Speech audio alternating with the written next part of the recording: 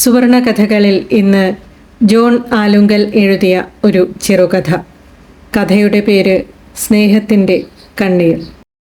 അപ്പച്ചാ, പോയി വരട്ടെ. പോയി വാ മകളെ, പോയി വാ.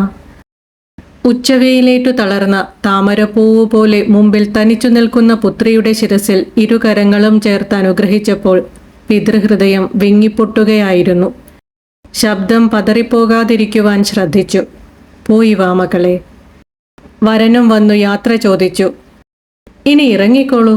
ഒരു ബന്ധുവിൻ്റെ നിർദ്ദേശം. മുമ്പിൽ കത്തിച്ചു വെച്ച നിലവിളക്കിൻ്റെ ദീപനാളം നോക്കി ആദ്യം വരനും പിന്നാലെ വധുവും പടവുകൾ ഇറങ്ങി നടന്നു. അവരോടൊപ്പം വരൻ്റെ അനുജനും സഹോദരിയും.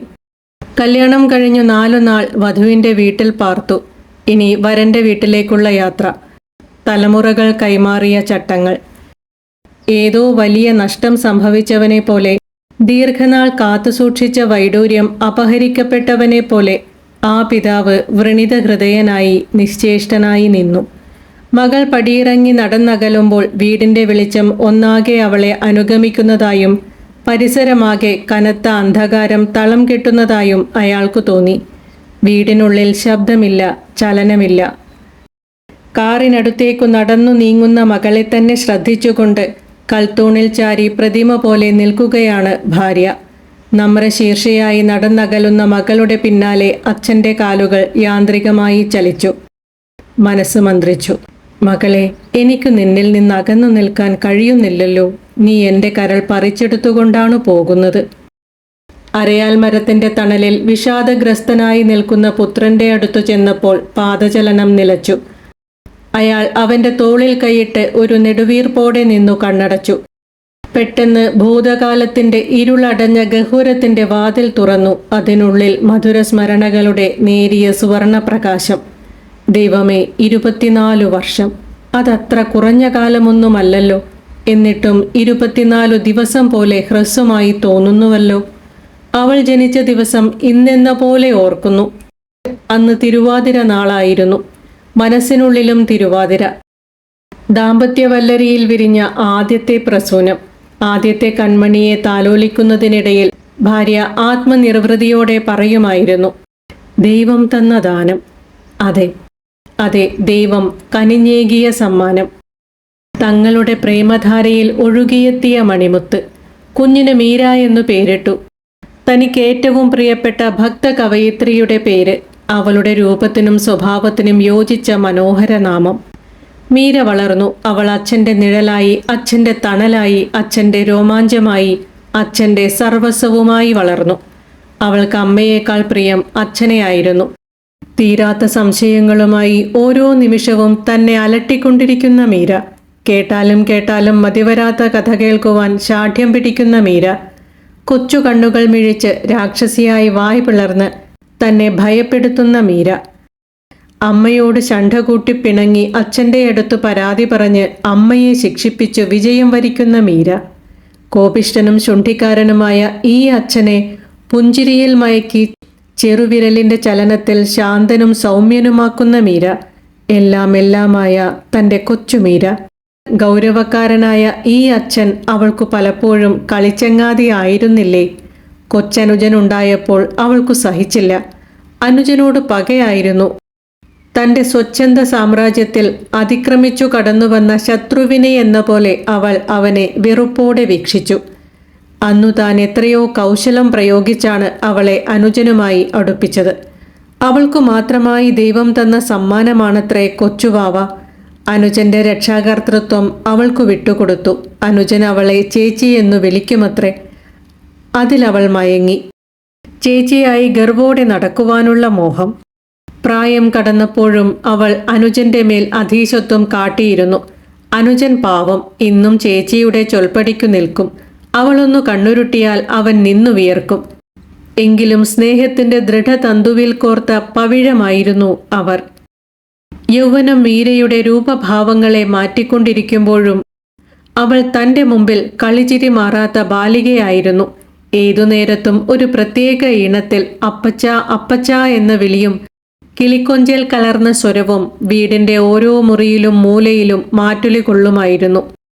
അപ്പച്ച അപ്പച്ച ഇനി ആ വിളി കേൾക്കണമെങ്കിൽ എത്ര നാൾ കാത്തിരിക്കണം? ആ ചിരിയൊന്നു കാണണമെങ്കിൽ പുലരിപ്പൂവിൻ്റെ നൈർമല്യം തുളുമ്പുന്ന ആ ചിരി, മാടത്തയുടെ മധുരസ്വരം. നാഴികയ്ക്ക് 40 വട്ടം താൻ ആ പേരെടുത്തു വിളിക്കുമായിരുന്നു. തൊട്ടതിനെല്ലാം കൂട്ടത്തിലുണ്ടായിരിക്കണം മീര. 1 മാസം കഴിയുമ്പോൾ ഭർത്താവുമൊത്ത് അവൾ അമേരിക്കയിലേക്ക് പറക്കും. അവൾക്കൊരു ധന്യജീവിതം, അതുമാത്രമേ താൻ ആഗ്രഹിച്ചുള്ളൂ. ഹാവൂ, ഇനി വല്ല കാലത്തും അവൾ ഭർത്താവിൻ്റെ അനുമതിയോടെ പിന്നെ വീടു കാണുവാൻ വന്നെങ്കിലായി.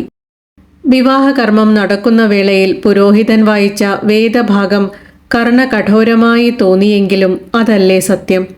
ഇവൾ അപ്പനെയും അമ്മയെയും വിട്ട് ഭർത്താവിനോട് പറ്റിച്ചേരും. ഇനിമേൽ ഇവർ 2 ദേഹമല്ല, ഒരു ദേഹമത്രേ. ദൈവമേ, ജീവിതത്തിൽ മുമ്പൊരിക്കലും കണ്ടുമുട്ടാത്ത അപരിചിതനായ ചെറുപ്പക്കാരൻ്റെ കൈപിടിച്ചു പോകുന്ന ഓമനപുത്രി. അവൻ മനുഷ്യനോ മൃഗമോ പിശാചോ സർപ്പമോ എന്നറിയാതെയുള്ള യാത്ര. ഇത്രയും നാൾ കാത്തുസൂക്ഷിച്ച മഹാനിധി ഏതാനും നിമിഷത്തെ പരിചയം മാത്രമുള്ള യുവകോമളന്റെ കയ്യിലേൽപ്പിച്ചു കഴിഞ്ഞു. വിശ്വാസത്തിന്റെ നേർത്ത ചരടിൽ കെട്ടിക്കൊടുത്ത മാണിക്യം. അവനതു ചെളിക്കുണ്ടിൽ താഴ്ത്തിയാലോ? ഓർക്കുവാൻ വയ്യ. അവനതു ഹൃദയഹാരത്തിൽ ചാർത്തിയാലോ? മഹാഭാഗ്യം. അതാ കാറിന്റെ ഡോർ തുറന്നു. ഭർത്താവ് ആരോടോ മൊബൈൽ ഫോണിൽ സംസാരിക്കുന്നു. മീര തിരിഞ്ഞു നോക്കുന്നു. അവളുടെ കണ്ണുകളിൽ ബാഷ്പം. താൻ ചിരിക്കാൻ ശ്രമിച്ചുവോ? തീർച്ചയായും അതു ചിരിയുടെ ഒരു അനുകരണമായിരുന്നില്ലേ? കാറിന്റെ പിൻസീറ്റിൽ യുവമിഥുനങ്ങൾ തൊട്ടുചേർന്നിരുന്നു. അവൾ കൈ ഉയർത്തി യാത്ര പറയുന്നു. ജനിച്ചു വളർന്ന വീടിനോട്, ഇത്രയും കാലം തന്നെ താലോലിച്ചു വളർത്തിയ അന്തരീക്ഷത്തോട്, വയലിനോടും പുഴയോടും മരങ്ങളോടും വല്ലിപ്പടർപ്പുകളോടുമെല്ലാം. കാർ ഇരമ്പലോടെ കുതിച്ചു പാഞ്ഞു. വിശാലമായ വയൽപ്പരപ്പിന്റെ അന്ത്യത്തിലുള്ള വളവു കടന്നു മറഞ്ഞപ്പോൾ തിരിച്ചു നടന്നു. എത്രയോ വേഗത്തിലാണ് കാലുകൾ ചലിച്ചത്. മുറിയിലെത്തി സ്വന്തം കിടക്കയിലിരുന്നു. ഭിത്തിയിൽ തറച്ചിരുന്ന കുടുംബ ഫോട്ടോയിൽ കണ്ണുകൾ ചെന്നു തറച്ചു. അച്ഛൻ, അമ്മ, അച്ഛൻ്റെ മടിയിൽ പുത്രി, അമ്മയുടെ മടിയിൽ പുത്രൻ. കണ്ണു പറിക്കാൻ കഴിയുന്നില്ല. ഒരു തൈ പറിച്ചു നട്ടുകഴിഞ്ഞു. ഇനി അവൾക്ക് അവളുടെ ലോകം. പുതിയ കുടുംബം. അവൾക്കും മക്കളാകും, മക്കളുടെ മക്കളാകും. വേറൊരു ചാലിലൂടെയുള്ള ഒഴുക്ക്. ഹൃദയത്തുടിപ്പ് വർദ്ധിച്ചു. തേങ്ങൽ നിയന്ത്രിക്കുവാൻ ശ്രമിച്ചു. എന്നിട്ടും കണ്ണുകൾ നിറഞ്ഞു തുളുമ്പുന്നുവല്ലോ. ഛേ, എന്താണിത്? മംഗളമുഹൂർത്തത്തിൽ കണ്ണുനീരോ? പാടില്ല, പാടില്ല. ഇത് ആനന്ദബാഷ്പമായി തീരണം. കൃതാർത്ഥതയുടെ കണ്ണുനീരാകണം. ഫോട്ടോയിലേക്ക് വീണ്ടും നോക്കി. മകളെ, പോകൂ. മംഗളം ഭവിക്കട്ടെ. 24 വർഷം നീ വീഴാതെ, നീ മുള്ളിൽ ചവിട്ടാതെ, നിന്റെ മേനിയിൽ പോറലേൽക്കാതെ, പാദങ്ങളിൽ പങ്കം പതിക്കാതെ കൈപിടിച്ചു നടത്തി. കൃഷ്ണമണി പോലെ വളർത്തി. ഇനി നിന്റെ നടപ്പാതയിൽ പൂക്കൾ നിറയട്ടെ. ഇനിയുള്ള കാലം നീ സൗഭാഗ്യവതിയായി ജീവിക്കൂ. പുതിയ കുടുംബം നിനക്ക് സ്വർഗമാകട്ടെ. എങ്കിലും മകളെ, സ്വാർത്ഥമതിയായ ഈ അച്ഛൻ ആഗ്രഹിച്ചു പോകുന്നു. നീ വളരാതിരുന്നെങ്കിൽ, നീ എന്നും ഈ അച്ഛൻ്റെ മുമ്പിൽ കുഞ്ഞായിരുന്നെങ്കിൽ. മറ്റൊരു കഥയുമായി വീണ്ടും കാണാം. പ്രതീക്ഷയോടെ. നന്ദി.